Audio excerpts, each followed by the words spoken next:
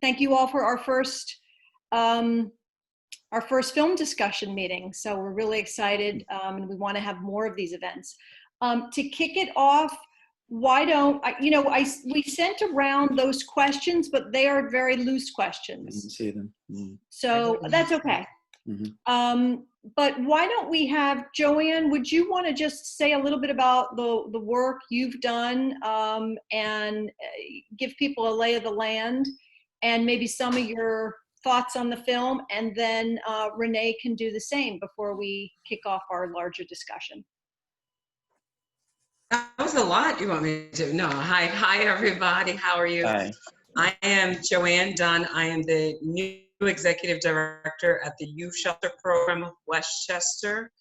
You're probably asking yourself, what is the Youth Shelter Program of Westchester? The Youth Shelter Program of Westchester is an alternative to incarceration program for youthful offenders ages 16 to 21.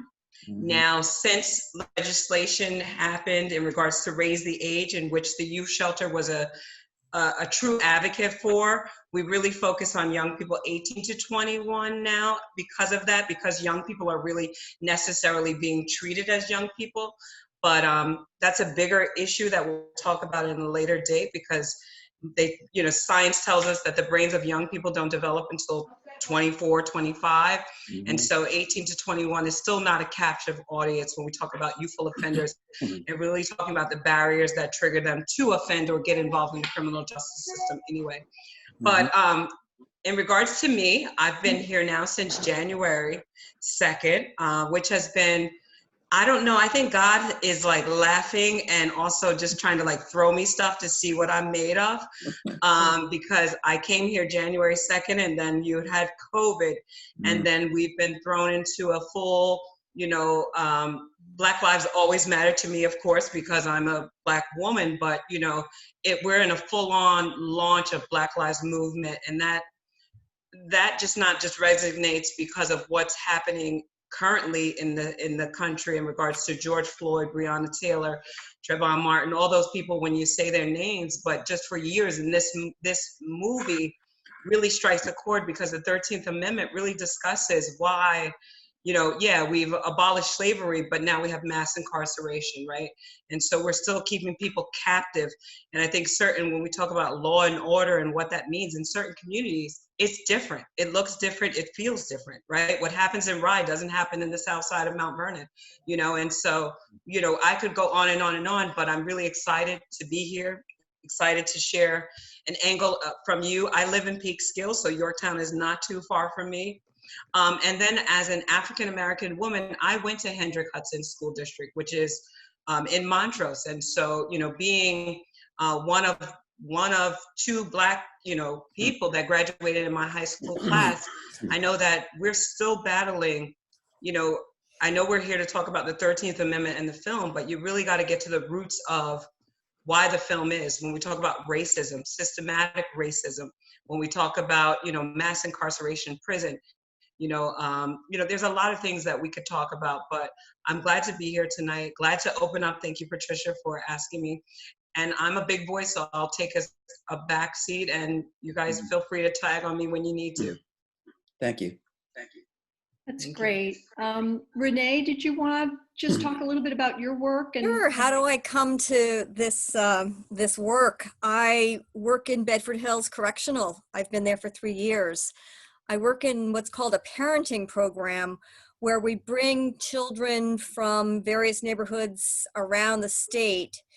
And I say neighborhoods because who is in our prisons? Certain zip codes, frankly. So that speaks volumes. And we bring them and we let the kids and the moms spend time together. So I run an education program where we do mindfulness and self-compassion and psychodrama. I try to work with these women. What do they all have in common? They come from poor neighborhoods. They have a lot of trauma, a lot of domestic violence. The film I watched it again this afternoon, and you think, New York? Here? Well, Bedford Hills Correctional is 8 miles away, and Sing Sing, where I volunteer, I've been there for 7 years, teaching anti-violence workshops, is 11 miles away. So it's in our backyard. There is plenty for us to do. I guess that's the question that hopefully we'll get to, and I've got lots of ideas for you. So just by way of background, I was in corporate world for 35 years. This is a second career. I found I enjoyed working inside versus outside with executives who don't realize they are in prison. Folks in prison know they're in prison. So anyway, I'll turn it over to you guys. Just love to hear your thoughts about the movie. Trish? So one thing, thank you, Renee, and Sure. I love the idea of circling back to what can we do, and there's lots of things to do because, and I want to hear from everyone in the group because the impact of the film is very powerful and overwhelming in how systematic the structures of our society are, particularly for people of color. Does anybody want to, before we go to sort of the questions, does anybody want to respond to, how the film impacted them, what jumped out at them, what between what Renee shared and Joanne that they want to talk about? If you want to just, I think there's a way to like raise your hand, right? Is there in this? You can certainly do that, or you can just unmute yourself. Just really quickly before we start the discussion, I just wanted to let everybody know that I am recording this. So if you can mute yourself when you're not speaking, because I have it set up so that it will film whoever is speaking. So if you're coughing or if there's a phone ringing in the background, it will automatically default to your video. So just keep that in mind. And Trish, whenever you're ready, I will share my screen and I'll present the discussion guide so that we have it on the screen for everybody to see. If it's okay with everybody, I don't know that we need it up and we don't have to really go down just because I feel like Joanne and Renee threw so much out there. I could, unless there's a question someone wants to take or speak to. But does anyone from our group want to respond to their overall reaction to the film or what moved them the most or what concerns them the most? I'd like to say something. Great. Since I watched the film 3 days ago, I've talked about it with a number of people. The idea that systematic racism is essentially written into the 13th Amendment, by association in terms of the language, is unknown. It's just so unknown. And more than anything, if we could just leave tonight thinking about how we as, committed human beings to equity and equality in the nation, how we can communicate clearly that systematic racism exists because it's designed to be there. And it goes way back to the 13th Amendment. That's a great point. Thank you for sharing that. Sure. Anybody else? Sure. I think I see your hand up. James. Yeah, building on Hal's point, the fact that there's racism in the 13th Amendment also shows there was racism long before we even had an abolition to slavery. And the reason we have such racism today is descended from that long legacy going back not just to 1619 and the founding colonies, but even to the Spanish conquistadors and their horrible treatment of natives and Africans in their empire. And even abolitionists like Bartholomew did not begin to advocate for African abolition until later in their lives. So even the heroes of the 16th century were racist. Mm-hmm.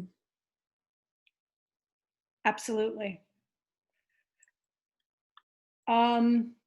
Okay, we can look to some of the questions on the list.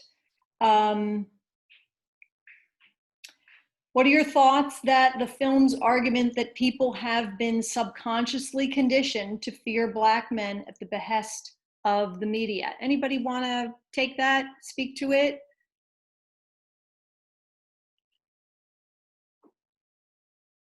Disagree, agree? Okay. Not a favorite question. Well, I could jump in here if that's okay. Yeah, Joanne, please Sure. do. I could jump in here because I work with particularly young people ages 16 to 21 who are predominantly young men of color who are youthful offenders. And already because of their criminal act, they're already kind of perceived in a negative light, right? Not to forget the notion that they are young men of color, right? That's first they're young men of color, and then now they have a criminal act. So their perception already comes off in a, in a horrible stance, I would say. And I think we're trying to get, Hal brought it up very great when he talked about, as a society, we talk about these clauses about equity and equality. And when we start for a minute and we think of like, for me, my goal as the new executive director here is to really put ourselves out of business, right? Because if we think about, if we really were designing equity and equality for all, there would be no need for a program like the youth shelter, because in disenfranchised communities, they would have the necessary resources and access and inclusion, all those things that we talk about. They would have them so that they wouldn't get into these particular instances. And I think this notion of, I did this with the RYE free reading group, and we talked about just if you take how Black men or men of color are portrayed, a young man wearing a do-rag in RYE looks totally different than it does in Yonkers. And when it's in Yonkers, they're perceived more as a gangbanger than they would in RYE, right? Or they would in Yorktown. And so I think that, and learning too, when we think about the police and the police, reform, I'm on the task force here in Mount Vernon, and learning that this is a part of the culture that police are trained for, to look for. These are certain things that they look at do-rags, pants sagging. I mean, and when you think of this, it might not necessarily be that it's a negative connotation, but these are things that they're clued in or trained to look for. This is what they're trained to look for and go after. And so I think that, yes, men of color or certain aspects that happen, even my young people say they get in a circle and they call what they call the get light, right? And that's like where they dance and they get in a circle and they dance and they get light. And they say all the time, like when we're getting light in our community, we have the police come because the police think that we're doing something negative, when actually we're just having a dance and we're dancing in a circle. And so I think that I would say, yes, that is also happening. But I think that we as a society, we have to dig a little deeper, right? And I think Renee said it great when she said, what can we do? I always tell people here that we need to stop looking at just more so the act of service. We have to dig deeper, right? When we talk about the inequalities, the things that are missing in certain communities, and Renee talked about it when she said that when you look at certain zip codes or pockets of poverty or pockets of crime or pockets of where things are happening, that's where we need to dig a little deeper and find out the root causes of why these are happening. And when I look at my young people, my young men that come in the shop, COVID raised its head on food insecurities, but a lot of my young men are in here because they were homeless, right? They had to beg, borrow, and steal. And so now they got burglary, robbery charges because they robbed a bodega to get a sandwich or something of that nature. I mean, you kind of start digging to the root causes of why young people are even coming into the portal, right? Why are they even targeted for, And I think that once we start digging there, then we can get to how do we act, how do we respond? Because it's more than just teaching folks about racism or teaching perception, but really how do we change it? What do we need to do as a society? So that's, I'm going to add that. Mm-hmm. Renee, could you speak a little bit about kind of dovetail into what Joanne was saying? Because there's a question here that ties in asking, what do you think about the present state of the American prison system? And because you're working in it with families and mothers who don't have their children and aren't able to raise their children. And, what are the things that me as a white privileged woman here in Yorktown, what can I do? And this whole conversation about bail reform, because you see it on the television, the Republicans are saying, lock your doors, they're going to get loose out, this this narrative of fear once again, that we have to be careful when really bail reform is necessary. It's clearly people on poverty, their parents are going to show up with a checkbook and a lawyer. And how do we get the narrative and change that out there? Can you maybe speak a little bit about that? There is a fair amount of legislation that is aimed at reform, yet it languishes. So as an example, solitary confinement, torture, right? Everyone agrees, should have been outlawed a long time ago. New York still has thousands of people in solitary confinement. So we need to hold our public officials accountable for why is this not passing? Harkin's on board, but our assemblyman is not. And you go to some of his town meetings and it's deer in the headlights. He doesn't know what you're talking about. So again, it's back to our elected officials. We have to, the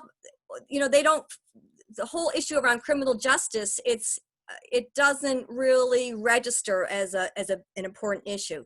So that's why I think we just need to know what issues are on there, are coming in front of them. So mandatory, you mentioned bail reform, mandatory sentencing, their sentences are too long.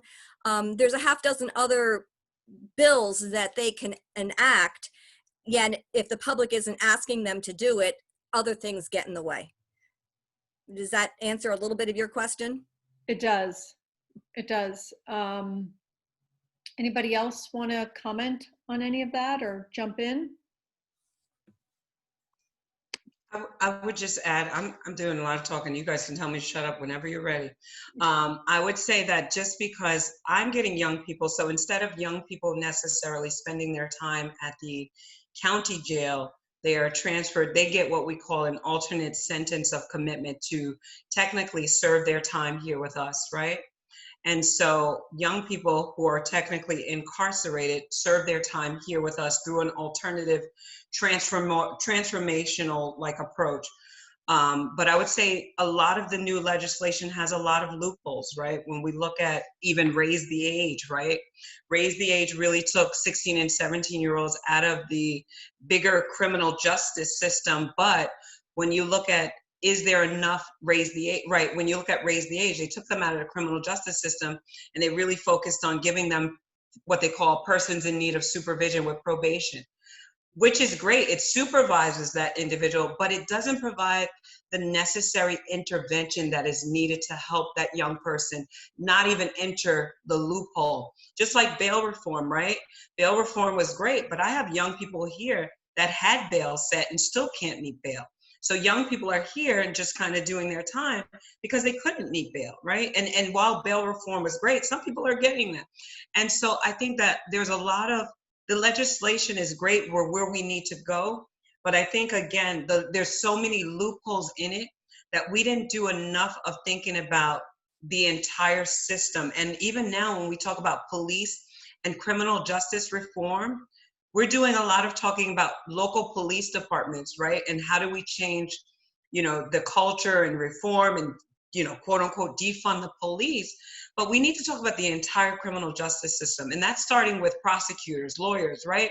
We need the court system. Everyone has to be involved in that when we talk about reform, because yeah, we can address the police and then figure out that, yeah, we can arrest our way out of this situation. But if every channel of that criminal justice system is not educated on rehabilitation or treating people as humans and all of those things, then yet we still have a gap in where we need to go. Does that make sense? It does. It absolutely does. As I was watching the film, I was rewatching it last night, and they were talking about the whole crack era that happened, and I was living in Washington Heights at the time, which was the crack capital of the world, or of the city.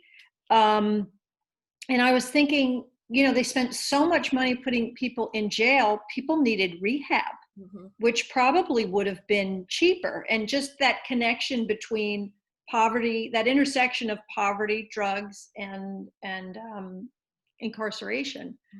They could have easily paid for people to be in rehab as opposed to jail. Any thoughts on that? Anybody want to speak to that, or I think I- Jenny has, Jenny's hand is up. right. Right. Mute. Okay. Hi, how are you? Jenny. Well, let me just give you my overall feeling. I just saw the movie for the first time a couple days ago, and I can't wait to watch it again, actually, because there was so much in it that was fantastic. And it just kind of put everything together, and it makes so much sense. You know, from the little bits and pieces of things I've learned over the years. For example, one of the angles that I knew about was the for-profit prisons. Over the last few years, I would read an article here and there about some kind of for-profit prison, likely because there was a lot of people dying in some of these prisons. And I'm like, what is going on? You know, and obviously anything that's for-profit, you know that they're going to feed those people nothing.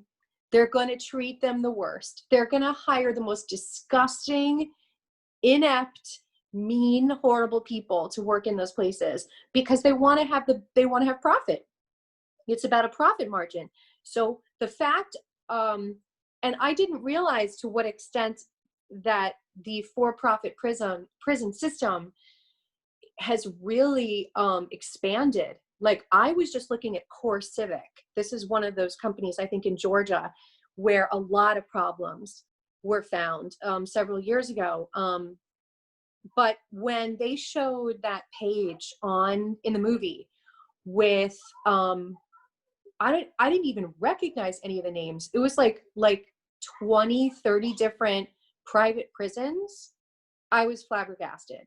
You know, so obviously the systems that have been put into place to monetize this to our, people, our American people, it's beyond disgusting, and obviously needs to be stopped. I happen to care about many different issues, not just, humanity and justice for humans, but I also have an interest in, nutrition for children and people, and our food system, and also, and you'll understand my tangent in 1 second, also keeping open space, keeping our forests intact. I have an issue with developers. Now, why do I bring all this up? Because to me, it's kind of, there's racism and it's always been there and it's disgusting and it needs to stop. But there's a patriarchy in this country that started at ground zero at our founding. And it's just expanded exponentially. A patriarchy that kind of has its hands and its tentacles into all these different things, whether it's controlling women, whether it's, the big fat corporations that, pollute and are allowed to pollute. Why do we have the leader that we have right now in the White House? He's exactly that kind of person. And if you see the kind of people that, Donald Trump likes to be surrounded by, it's all of the same sort of, older white, powerful person from the 1950s. That's exactly who these people are that designed all of these systems. So, again, I would love to see the movie like 10 more times and take more notes, because it just kind of fits for me, it fits like a puzzle. All of these things, all of the ways that we are controlled in our country by this white patriarchy. And I wish that we have to figure out how to end that. And, I can't help but to look at anyone seen The Hobbit? Remember in The Hobbit, how he killed the dragon in the end of The Hobbit? My kids are fighting right now. Okay, so the dragon at the end of The Hobbit, the reason why he was able to be killed was because he had a little piece of his armor was missing. Okay, so the Hobbit saw that and was able to kill him. So I just feel like we need to find the ways in. We need to find the ways to get into this patriarchy, and we need to, end it and change it, and, make America, make the world the better place that it needs to be. And we have to figure out what we can do to do that. So sorry for my long tangent. No, that was great, Jenny. I think it's full dismantlement of what you're talking about. I like it. Thank you. I do. Anybody else want to share their thoughts? Let me see if I can see people's hands. I can build on Jenny's point. There is definitely a white patriarchy in America, and I'd further say that it's designed a capitalist system which puts profit above long-term communities and human values. So we have the environment being destroyed, racist incarceration, police brutality, because it all makes money. And these for-profit companies designed by white males from Europe all have their corporate profits as their primary focus. And I'd say that's really the crux of the issue. I mean, America was founded as colonies to benefit mother countries, and that was the foundation of all these systematic problems that we're now seeing, especially racism. And I think even Yorktown and Westchester and Upper North, where I live in Putnam, we all have inherited this legacy of capitalism that we need to unshackle to make a more pro-social community. Excellent point. You're here. Excellent point. I was wondering if Renee and or Joanne would talk a little bit, maybe unpack this defund the police, because it's become such a charged issue. And I think we're all looking for ways to make inroads and change the conversation. And yet we know it makes the police defensive. It's become a charged phrase. And we know there's a good chunk of police officers that are very good, but we know that the system has lots of problems, racist problems, and it's designed to suit certain people's needs. So how do we change that conversation and even approach our own local police and have those conversations to kind of soften it so there's more of an opening and less defensiveness? Renee or Joanne? I'll jump in here. I think that, first of all, James, powerful. I think there's so many things. I go back to Jenny's point in regards to, we forget the economic driver that the prison systems are, right? I mean, when you think about, even in New York State alone, a lot of the prisons are underpopulated, right? But because they're the main source driver of the economy in certain counties, I mean, even if you look at Westchester County, the prison system here, at least in the Westchester County Jail, at max capacity holds 1,800 inmates. And right now is only at 500, right? But it's still a driver of, it's still a driver of economics. I laugh, I got caught up in the thought because a lot of, when I go into the jail, sometimes the inmates will tell me that it's job stability. And I would laugh because I would be like, what are you talking about? And now sometimes it just resonates with me that it's job security, it's job stability for a lot of these, counties or states. And I'm not saying here in Westchester, because I know Westchester County Jail is one that is really focusing on humanizing prison. In regards to, prison was really designed to be a nature of rehabilitation. And we lost that mantra. We lost it for years. I mean, they took, when folks were getting educated in the prison systems, you can talk to Sean Pica from Hudson Link, and they took that out where folks were getting rehabilitated. And now jail is just really where folks are spending their time. And I know Renee talked a lot about, she's doing parenting programs. Those are things that are coming back because we need to restore people, right? We need to give people some human dignity so that when they leave, they are different. They are different. And when I talk about defunding the police, I honestly, Patricia, I don't know what that means, right? But what I do know is that we as a society, as a nation, we need to stop doing little tweaks, right? We throw a little thing here, we fix a thing here. And honestly, I think we are at, I think about the movie, the 13th, I think in the beginning of the movie, they said justice denied is justice too late, right? And this country is in a complete uproar again, right? Because we have known this for years, right? We have known about the 13th Amendment. We have known about the Black Lives Movement for years. George Floyd's been happening. There's a million George Floyds, right? But because now we have social media that really shows its prevalent head, right? That it's happening, it's here. You can no longer hide it. And I think that that's where we're at. We're in a civil rights movement where folks are like, we don't care anymore. It's noble for us to get arrested, and it's noble for us to make noise, because these little tweaks and these little things that we've been doing for years, it's not working. You have to almost dismantle the entire system and rebuild it and then go from there. But these little tweaks of improvement or little things that we drop here in regards to, you know, we got rid of Rockefeller drug laws, but we're still locking people up for turnstile jumping in the city, right? Like, it just doesn't make sense anymore. And so I think we have to, we have a lot of work to do. And I particularly am focused on alternatives, right?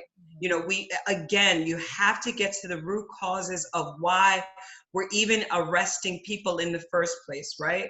And I think we have to get to the data, even in Yorktown, right? Who are we arresting? What do they look like? You know, why are they being arrested? Is it not that we have enough resources, or are we targeting a certain, area? Like, I think we have to do a little bit more digging before we can talk about where we're going. Like, I think we haven't done enough justice of really getting to the underlying root causes of why we even got here. We know it's happening, but we have to stop for a minute and dig deep, and we got to get uncomfortable. We have to get, uncomfortable to really make things happen. Hear, hear. So my thoughts on defunding police and alternatives to what we currently have, it's all under the umbrella of restorative justice. So how many of you have heard of that as a philosophy, as an approach, as a practice? A couple of head nods. Okay. And so Westchester County is way behind some of the other counties. So restorative justice is essentially focusing on what Joanne's talking about, is a preventative approach, moving away from the shame and blame approach and the punitive approach to when people mess up, to even starting in kindergarten, to have people give them the skills to deal with conflict. And it's to really stop that school to prison pipeline. So I don't want to go off on a mini lecture on restorative justice, but there are approaches being used around the state, around the country, that are evidence-based, and it's so much cheaper than putting people in jail. And I'm concerned about some of the police community dialogues, because it is tweaking, which we know we don't need. It's not the overhaul thinking, and I think we need a more restorative justice approach that really involves community engagement and some new ways, some new philosophies that are out there. We don't have to reinvent the wheel. And just a little plug for something that I'm involved in. We've started Restorative Justice Initiative, which is a very strong anti-racist group throughout Westchester. And we're creating circles where we're having community conversations. And so if you want to do something, let me know, because we are forming a group of practitioners who are going to be training more and more people to do this work on a community level.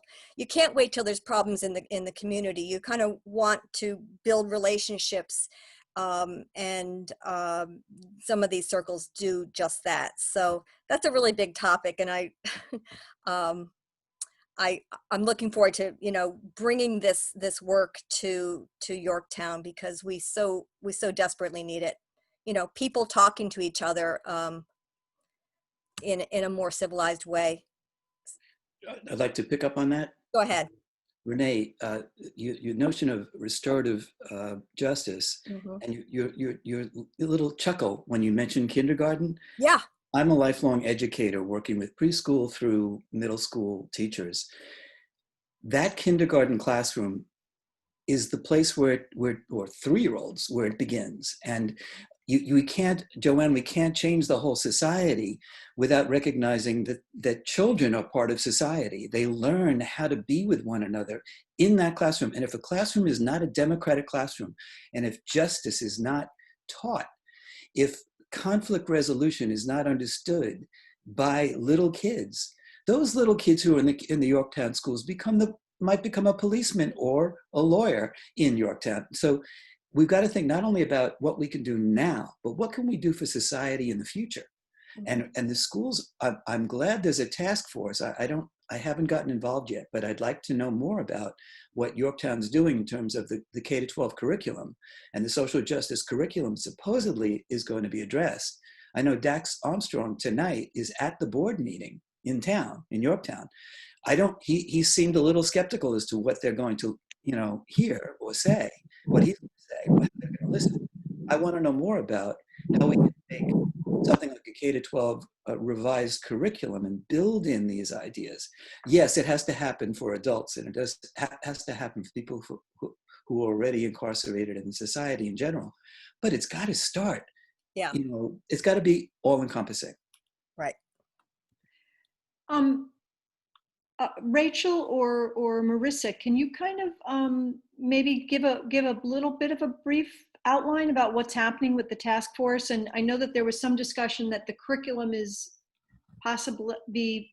curriculum changes have to sort of go through BOCES, and there's more of a systematic structure that happens there. Do either of you care to speak to either of that? Or, because I don't know that curriculum's going to be spoken about tonight at the task force, right, that Dax is at. So there's a few task forces that are happening. The one tonight is on police reform in Yorktown. It's the Yorktown Coalition for Community Safety and Engagement that Yorktown for Justice advocated that they begin. So they've begun the task force, and tonight is the listening session where members of the public can go and speak to the board, the coalition, and the police department to address any possible issues of bias or use of force or over-policing in certain areas or intimidation or whatever it may be. That's happening now. I will link it in the chat, so if anybody wants to hop off this meeting at the end of this meeting and join that to listen in, you can totally do that. There's another task force with Yorktown Central School District, and that's the one that Dax is on also. He's on both. And Dr. Hatter actually has been very open to hearing the alumni and the students come forth with stories of inequity, discrimination, lack of diversity, feeling targeted by staff or by practices, frameworks that are insufficient. And so they are looking at curriculum reform for K-12, expanding upon their empathy initiatives, and implementing a social justice, I don't know what you want to call it, for middle school, a social justice study in middle school. Great, thank you. Ms. Quinones. Hi. So I do remember some faces, but just in case any of you want to know, I'm Pauline Quinones. I'm actually, this is my 25th year in the district.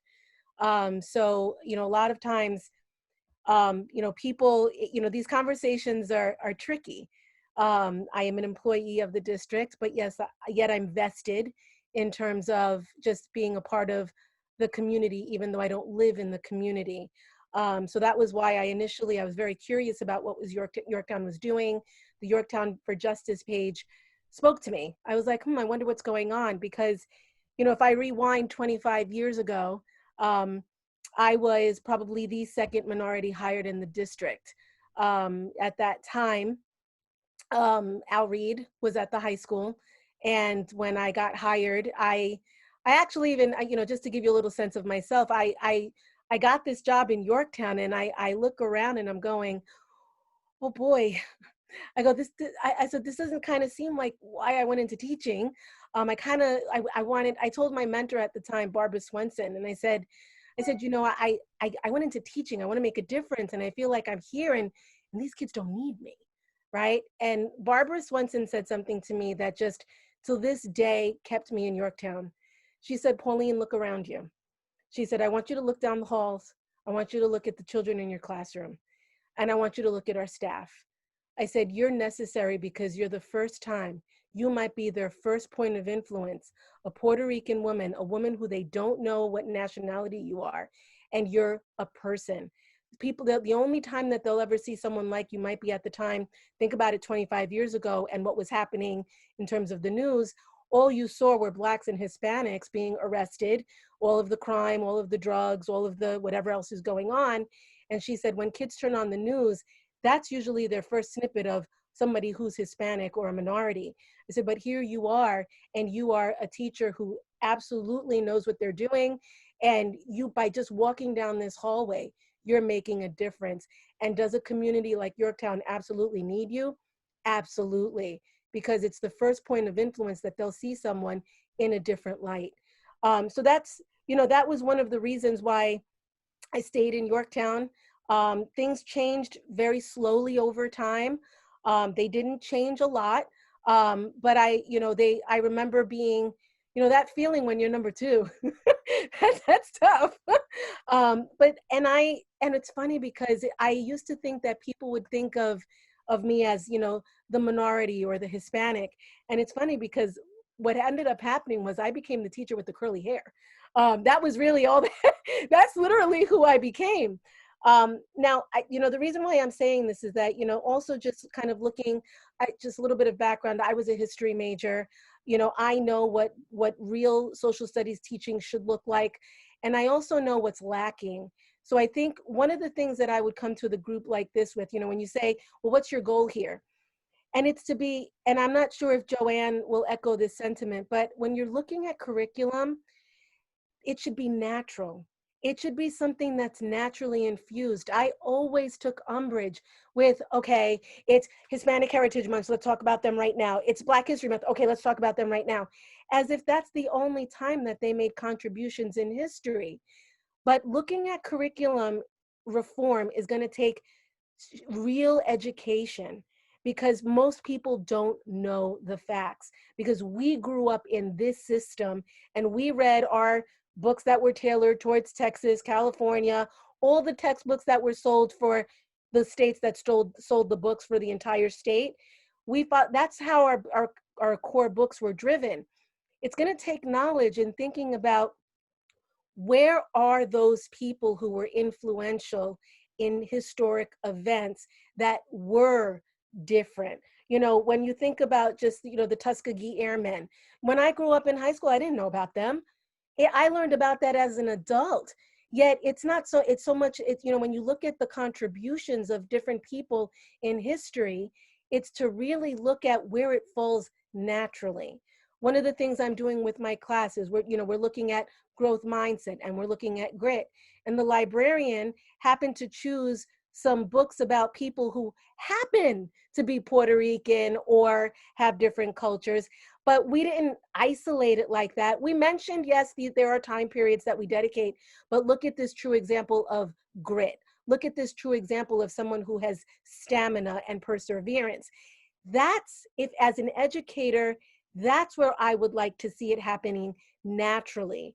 Where in our nation's history do all of these critical figures fall? Not just in isolation, but where they naturally fall into place.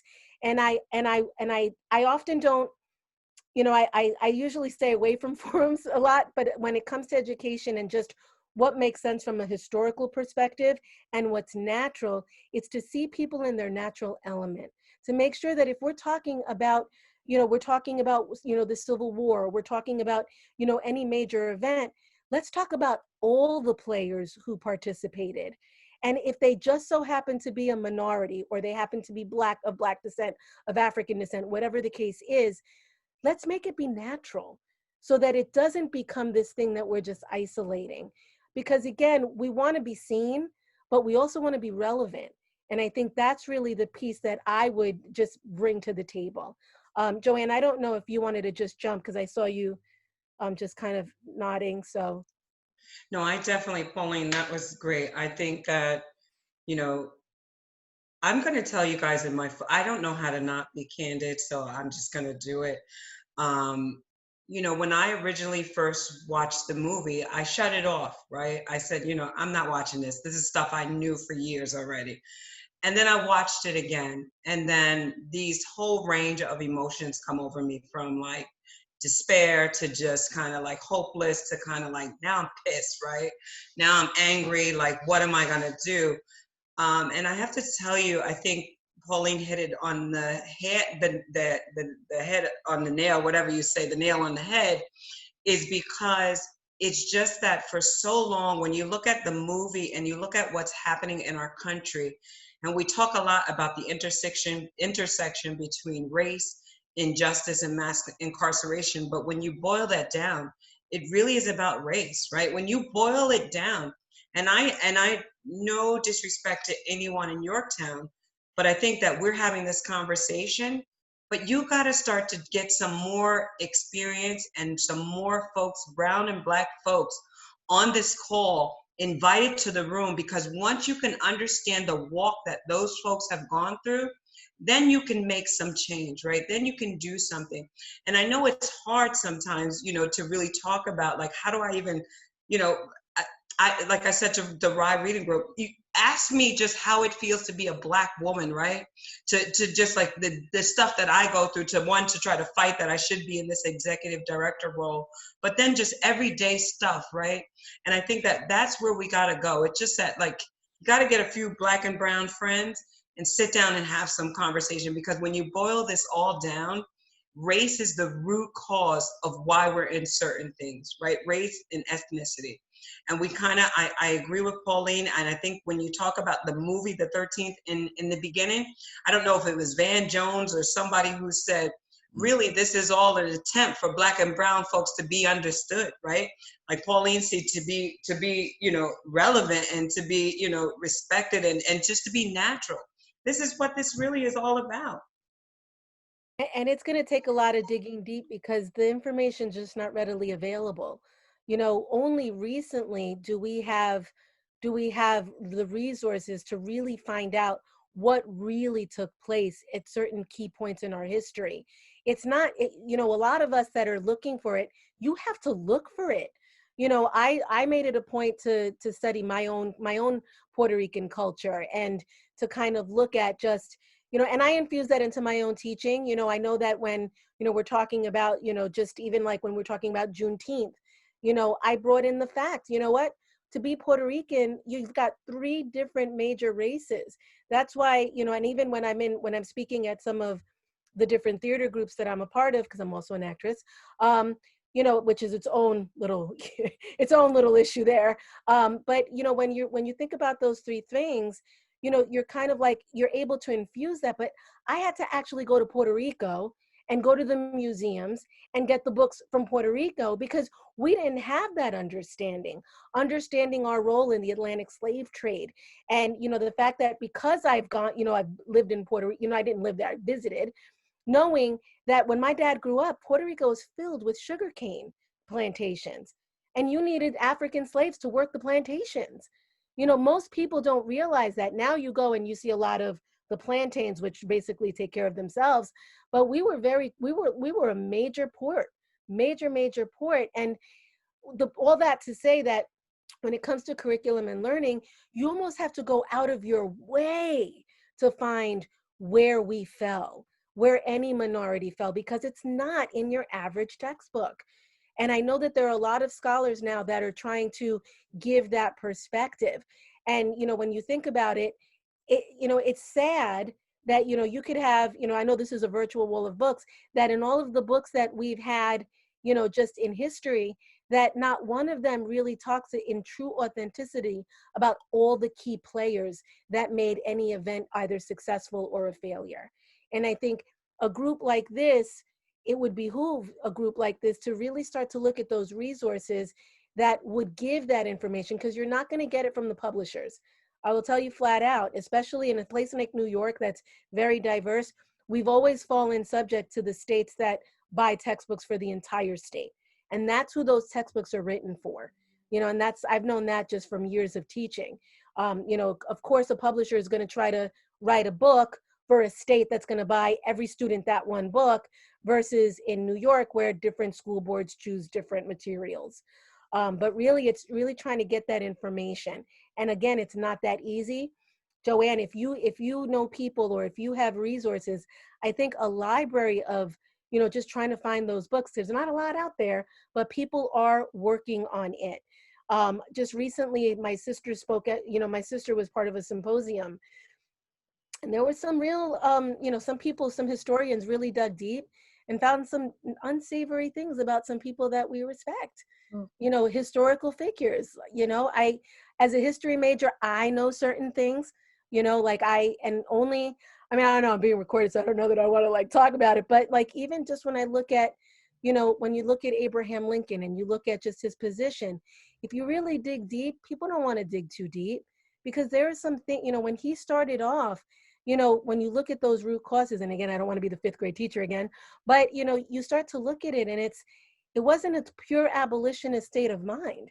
It was a let's leave it where it is, and then let's just, the new states that are formed, we're not going to have it there, right?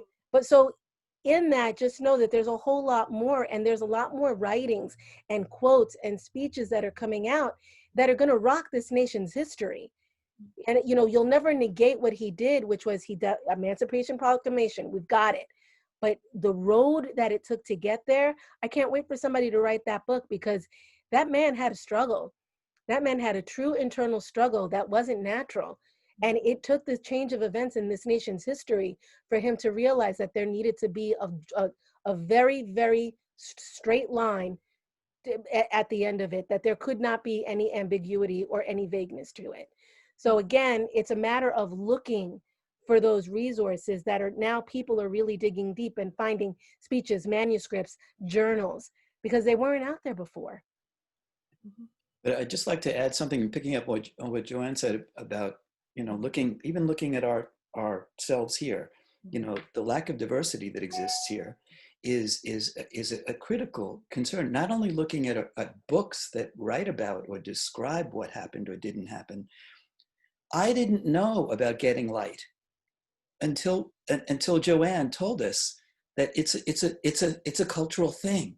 Now classrooms should have Getting Light, kids hanging out together, but we don't need to go to a book. We need to go to Joanne. We need to go to a kid who is Black, brown, LGBT, whatever. It's not only the past, it's the present too. There's a lot of resources around, and we have to make sure that every community accesses the multiple resources that do exist. I so agree with you, Hal, and I think that we sometimes subconsciously continue to perpetuate the notion or things, so that notion of white superiority of, that one, and I think for me as a Black woman, sometimes it's hard for me to come in a room, automatically you connect with people that look like you or that have similarities to you. And so when you're in a room, it makes you feel uncomfortable, because you're like, oh my God, are they going to understand what I'm saying or what I'm doing? And I think you're right. I think that, yes, I think Pauline said, we need to get historical context. We need to read, we need to dig deeper. But it's really about, we talk, relationships are what matter, right? And what drive us to do certain things. And if we just get in a room with one another and have these conversations, it can change the narrative for all of us, for each one of us.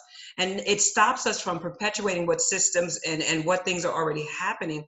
And I think, Renee, I want to just go to a point about Renee. I love the notion of restorative justice, but in its prior practice of bringing offenders and victims together, I cringe sometimes, because I think that you have to start with the healing first of the victim.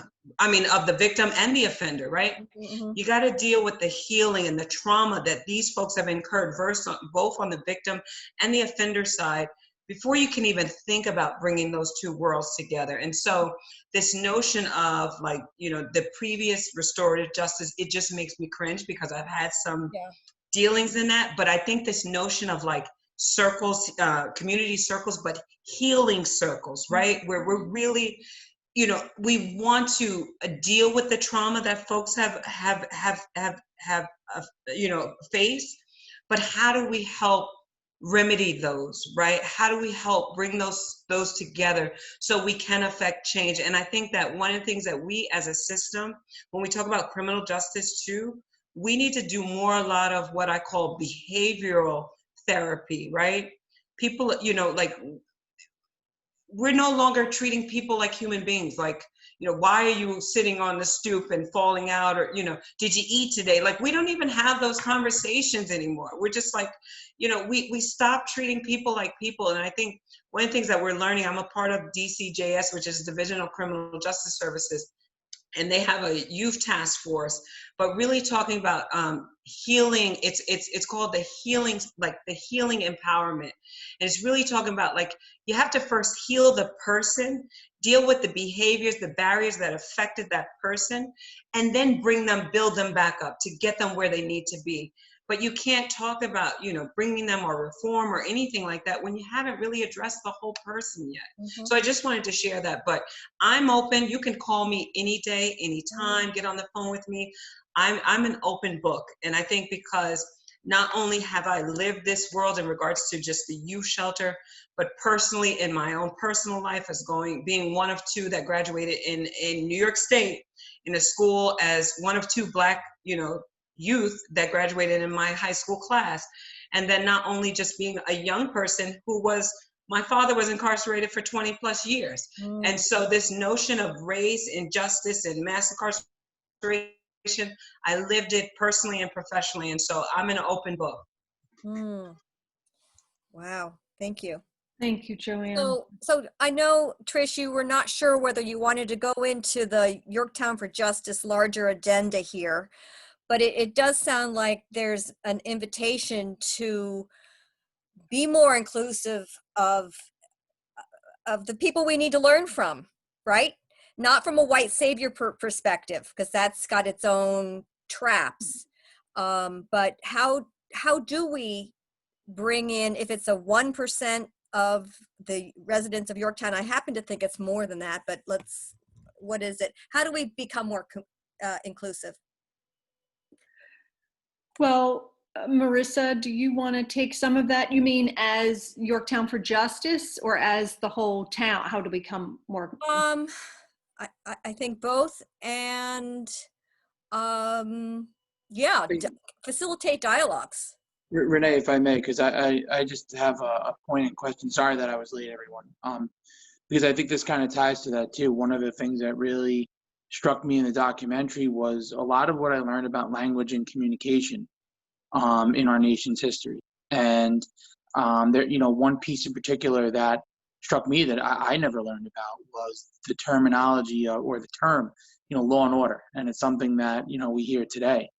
And, you know, you had a Nixon staffer come out and essentially say, you know, law and order was oppression against the Black community, right? It's essentially what it was. It was a strategy to suppress the uprising of the Black community, you know, in their, you know, fight for equality, right? And then there was other terminology that, you know, if you look more into the statements made by that staffer, you know, to, you know, hold down the anti-war community. And, you know, in terms of engaging the Black community here in Yorktown, you know, I think one of the things that, you know, I learned or saw from, you know, the documentary was, you know, there's probably a lot of communication and language that I'm going to have to relearn in order to really understand intent and meaning to people who have different experiences than I do. You know, I know folks that I spoke with as part of this group, Rachel and Marissa know, you know, as I went to Pace University, and, you know, when I went to the first football practice there, that was really like the first intimate relationship that I had with Black and brown people, were my teammates on that football team, growing up on Long Island in a very, very, you know, white community. And, you know, there's things that I probably learned, just basic terms that just come off the cuff, to some people could mean something significantly different to others. So I think in addition to that would be, and something that really struck me from the documentary was, how do we re-educate ourselves with that, with the language and the communication and how things are said and why they're said the way they are, and how can we also more effectively communicate with the Black community and other minority populations in Yorktown, so that we can work with them, but also allow them to teach us, the right way of accomplishing the goals that we want to accomplish. And as I understand it, not make them do the heavy lifting of educating us, because it's our job to educate ourselves. They live day in and day out. It's full collaboration. Yeah. It's one of those, I hate to use those, the business terminology of win-win or 2 + 2 = 5, but that's really, where we have to get, where everyone is putting a piece of themselves in to the collective, and then you extract out a much greater end product. I think Yorktown for Justice has done a good job of reaching some of that community. I'm saddened. Some of my dearest friends who I'm still in touch with have had to leave Yorktown. Some of my friends of color have decided to move because of the racism that they experienced in the schools. And that was sort of devastating to go through. And how do we that's when I was on the Zoom where some of the alumni talked to the Board of Ed about some of their experiences of racism. I mean, I said to them, I've been waiting for you all for 16 years because the town is so behind and locked into so many racist views and perceptions and comments that get made by staff and community members. So how can we do a better job of bringing in a more diverse group to our group, or how do we bring in people to come in and speak with our group, are great questions that we should all ask of the group. I think at the march there was a diverse group, predominantly white, but there was certainly I think a more progressive crowd attending. But all good questions. Anybody else have thoughts on that? Jenny's got her hand up. Oh man. All right, I just want to say one thing. Who remembers Sesame Street? Do we all remember Sesame Street? Because I grew up on Sesame Street. Okay, and now there were a lot of things that happened back in the 60s and 70s that were great. Okay, I grew up not around here. I grew up in a neighborhood that was very diverse down in North Miami Beach, Florida. So I didn't even really understand or know what racism was when I was a small child, because everybody was playing with each other. But it was also the 70s, so everybody played outside. And we have another problem today because everyone's stuck on their screens. That's not good, because nobody's playing with each other, nobody's outside, not really, so you're not having those interactions and knowing and realizing people are human beings, even if, my friend Clarence is Jamaican, my friend behind me, JP, he was half Peruvian. My neighbor across the street was Russian. Me and my friend Mitch were the only Jewish people in the neighborhood, but nobody cared and it was fine and everyone was cool. And, you had every ethnicity you could imagine within, 3 or 4 blocks, and we all played together. So you don't have that right now. That's a little bit disheartening. And here's the other question. Oh, and just to talk about Sesame Street 1 second. That was one of the only shows that was around that we could watch when we were kids. And it showed diversity, and it showed everyone getting along, and it showed authority figures that were of color, and everyone, you were supposed to accept it. It was like normal to accept, people of different races and get along and communicate and have a nice day, like it was not a problem. Even Mr. Rogers went out of his way to make sure that that happened on his shows.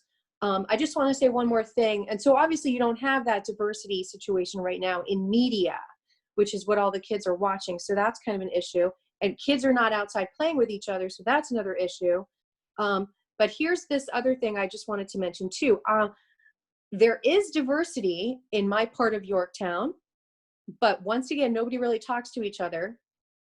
And the houses that I've reached out to that are African American, they're not really interested in doing anything or joining anything or even having real discussions about anything. And now that's just the couple of neighbors that I've gone to, but you know, so that's a little disheartening in another direction.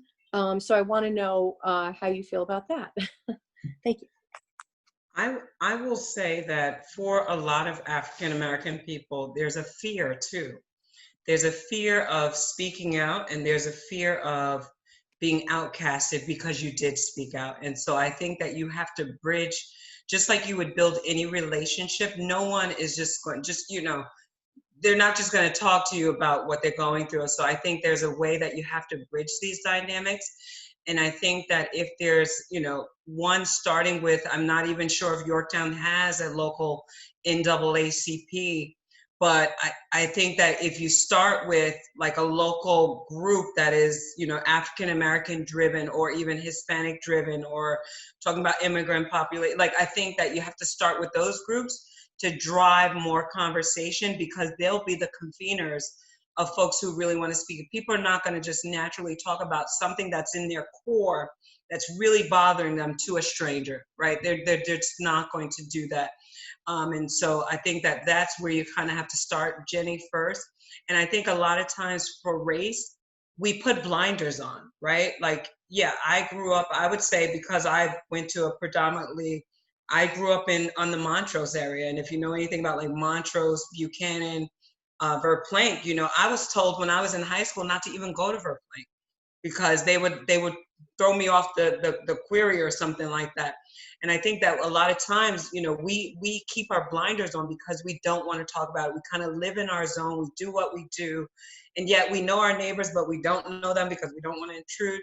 But I think we're at a place in society that we can no longer do that because we're in such an uproar in our police reform, in our education, the disparities in education. If COVID didn't show anything, COVID also showed the disparities in healthcare. Like, I mean, this 2020 has thrown us a whirlwind that we no longer can say that we're in our blinders because everything is now for public access and it's showing its head.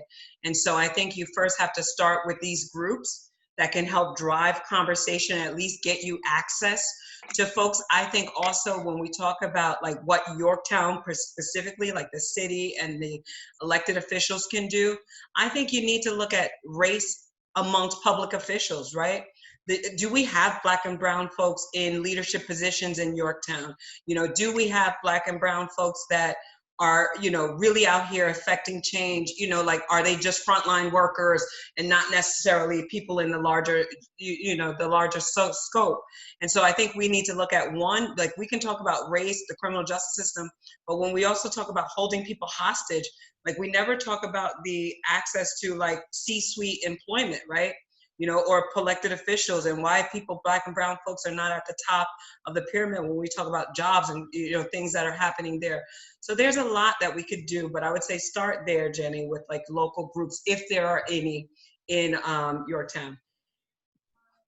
That's a great idea. Or maybe we could even invite someone. I know Ossining has an NAACP that we could have them come and give a talk, have a guest speaker come.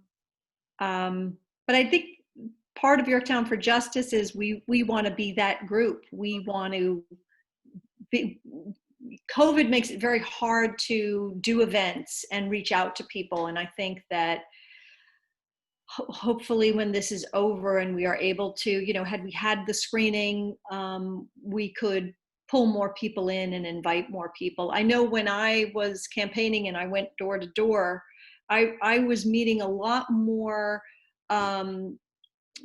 much more diverse population, and they were like, where are the Democrats? Like, I moved in and I'm surrounded by Republicans. So they're there. There's, you know, my son's a senior now, but from when he was in kindergarten to now, I noticed that it has become more diverse with each year. Slowly, it's building.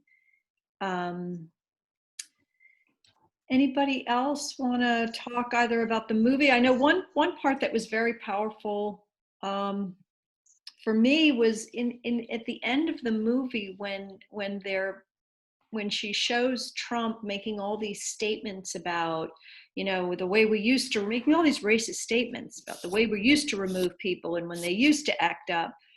I was so gutted by how openly racist he has been, and how that has been such a call to his base, and how we have been subjugated to so much of that.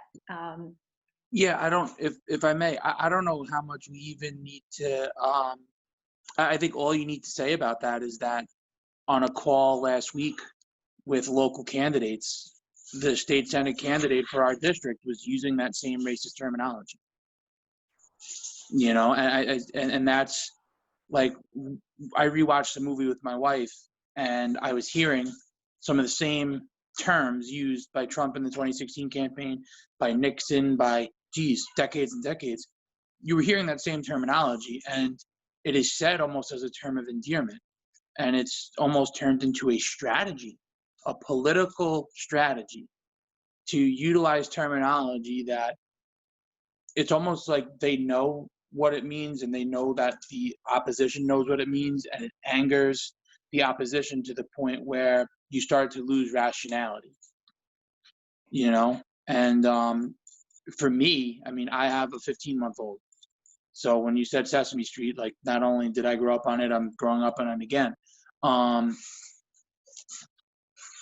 am I really going to raise my kid in a community whose elected official knowingly utilizes racist terminology to, you know, get themselves ahead politically, and basically say, you know, people who look a certain way are not welcome in the community that I represent, because I'm going to say and do things that, you know, are completely against equality and inclusion and justice.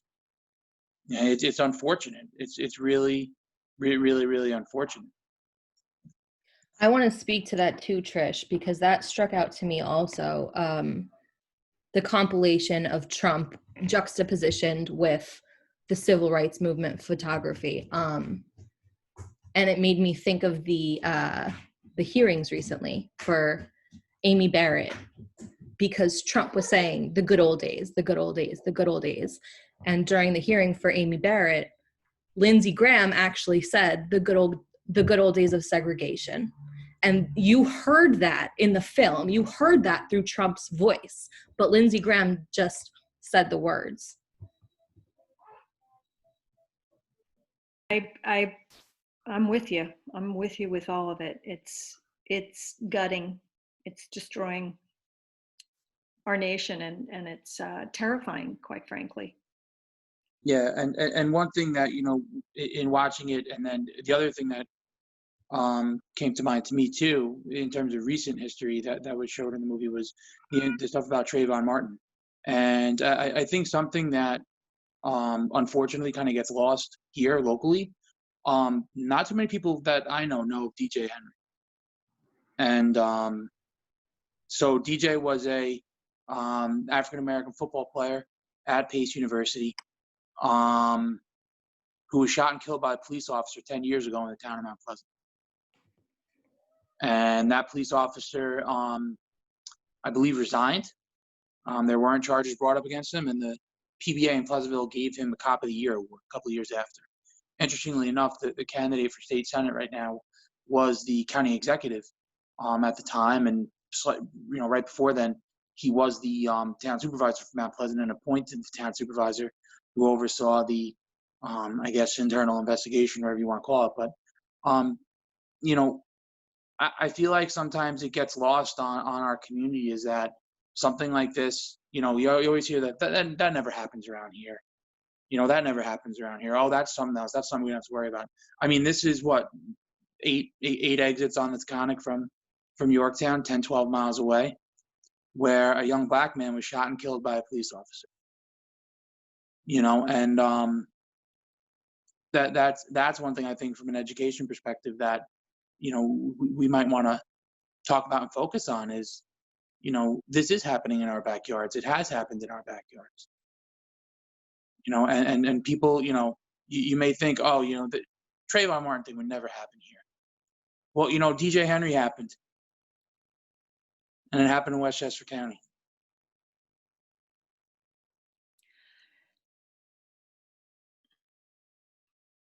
Yeah. You know, I don't know if you were at the protest, Mike, but we had a teacher tell a student who walked in with a hoodie on, who was eating Skittles, are you the next Trayvon Martin? A teacher in our district said that to a student, which I just found that horrifying. Really horrifying. And many of these examples that were given by the alumni, I was shocked that the teachers were still there. That was a joke. Are you the next Trayvon Martin? Haha. I mean, that kind of hostility, knowing that my kid might be also, I mean, the victimization of the boy walking in late with the hoodie, whatever, but then all the other kids got to hear that. And that person's still working there. I mean, it makes me want to really go crazy. Obviously, you know. Well, go crazy, Patricia. Go ahead. Yeah. But I think that's what you got to do. Like, what if you went up to a police officer and said, are you the next Officer Lou, Officer Ramos? You know, imagine the vitriol that would come back at you if you said something like that. You know, we need to make it so that saying to someone, are you the next Trayvon Martin, is seen across the board as, you know, a disgusting thing to say. But you know what ends up happening is when I write a letter to the whole board and the superintendent about how important that Board of Ed meeting is and, you know, what are the steps we're going to take, I don't get answered back. And I get hated and I get loathed. And they think there's that problem woman. I mean, that's how I'm perceived. But because of Yorktown for Justice and the petition of 4,000 people that wrote and said, we want to see changes. But I used to be going up to that Board of Ed and they were like, oh my God, she's back. Because when Obama was being inaugurated, it was a debate as to whether or not they were going to allow the kids to watch it. Because some secretary said not everybody wants to see the socialist get inaugurated. Well, this is why we need each other, because a lot of us have been suffering, so to speak, in silence. And we know that silence is violence. So we need to speak up. Yeah. And I'd just like to point out, Patricia, that if you look for a kernel of positiveness, I'm an eternal optimist. The fact that interview of the community stories was shown on television, on the community station, night after night after night after night. I mean, I happened to click through the stations. I saw it like 12 times. That's promising, because those stories were not just told, you know, those stories spanned lifetimes of people, and they were powerful stories. And I was impressed that it wasn't a one-time showing on a local TV, but it was night after night after night. So I'm looking at, we need each other, but we also, we have to look at what is happening, not just what should happen. And I just wanted to absolutely point that out. I don't know who arranged to have it shown again and again and again and again, but it was great. I think it's great content. It should be on every night. Yes.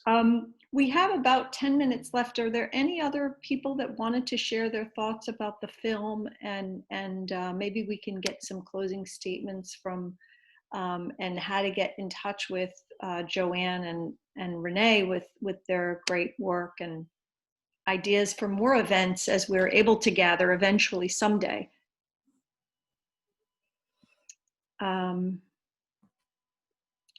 Yeah, I would just like to give a quick note of caution, because I know that, folks said that they were always available. And, everyone that I've worked with Yorktown for Justice is very willing to take people up on that offer. So your email inboxes will be very, very full. But we truly appreciate it, because I think it's important for our whole community to increase their level of mindfulness to the importance of diversity, equality, inclusion, and justice.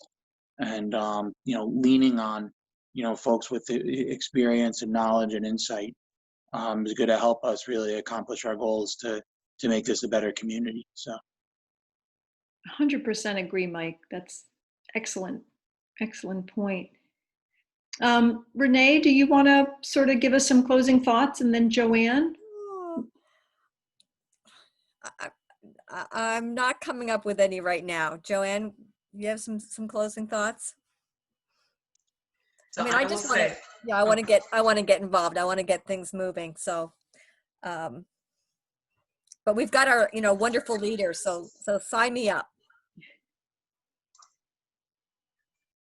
I will say that, one, I'm a neighbor, so I live in Peekskill. And I think that I hear you, Patricia, when you say that we want to be the group that makes these changes, but you got to have more people that look like me, look like Pauline, get involved and be on this, because it'll still come across differently, right? And I think that I'm willing to help you champion it as a neighbor, but also to invite you in rooms where we can have these uncomfortable, I say uncomfortable but courageous conversations. And I would invite, I know it's COVID, but I think that I have a captive audience of young men here, right? That have either been victims to, the criminal justice system, to also disparities in the community in regards to lack of resources or insecurities. And I think that they bring an angle that you need to know and talk about, because while it's not in your yard, it's in your back door. And so I give you an opportunity. I've opened us up here because I think my young men, first of all, they would say to me, like, we had a town hall in July where they talked to Colin Smith, the commissioner of corrections, to, the judges. And, they said to me, Ms. Dunn, we've never had a voice. People see us as criminals. And I said, that's not true. I said, you had a criminal act, but how many of us in life needed a second chance, right? We done some stuff wrong, right? I was never perfect. And so it was somebody that gave me a second chance. It was somebody that helped me. And I think that you kind of got to hear from the people that are going through it, because you can't shape solutions without doing such. You can't shape solutions. And at the end of the day, we can't make things obsolete if we're working around the people and not with the people. And so I will just share that I will provide my contact information. I'm an open book, and I invite you to learn more about the youth shelter, because we have young people, and you could say not you, but we have young people who are coming in the portal, who are victims of race, injustice, mass incarceration, systematic racism, but also young people who've done some stuff. But also, how do we restore? Because at the end of the day, the real goal is to make programs like the youth shelter obsolete, right? Like, I don't want to be here for another 40 years. Like, I don't want young people coming in my pipeline and serving their time here. The real goal is to make it obsolete. And so I just share that with you all. I thank you for inviting me and Renee here tonight. There's a lot that we could say, but I think that this is a great starting point, Patricia.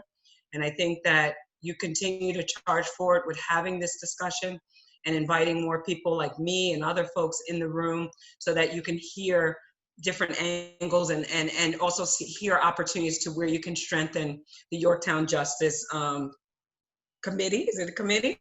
Task force, whatever you want to call it. But I think where you can strengthen, and I'm willing to be a champion with you on this forefront, okay? That would be great. And I think I see a lot of people saying they would love to set up a panel where we could hear from the young men that you're working with. That would be incredible. So maybe that's an event that we can put together. And hopefully if it's not on the same night as the debate in the police task force, we can make, because we have 600 people in Yorktown for Justice. It's a much bigger group than what's on the call tonight. But I think that would be something we could work towards. That would be fantastic. And Renee, if you have anyone from your community, we would love to do a panel and hear from the women and the families that are impacted, the children, however. Okay, absolutely. More to come. So thank you, everyone. Stay strong. Keep working in all the ways that we are, and I hope we can gather again and set up some future panels and do this another time. Thank you, Joanne, and thank you, Renee, for being our guest speakers tonight. Bye, everyone. Bye, everyone. Thank you. This was great. And I am a sailor. I am a hen hut sailor. Hey. Take care. Bye, everybody. Onward. Thank you all for letting me come. It was great hearing from you. Thank you. All right. Bye. Be well. Bye. Bye-bye.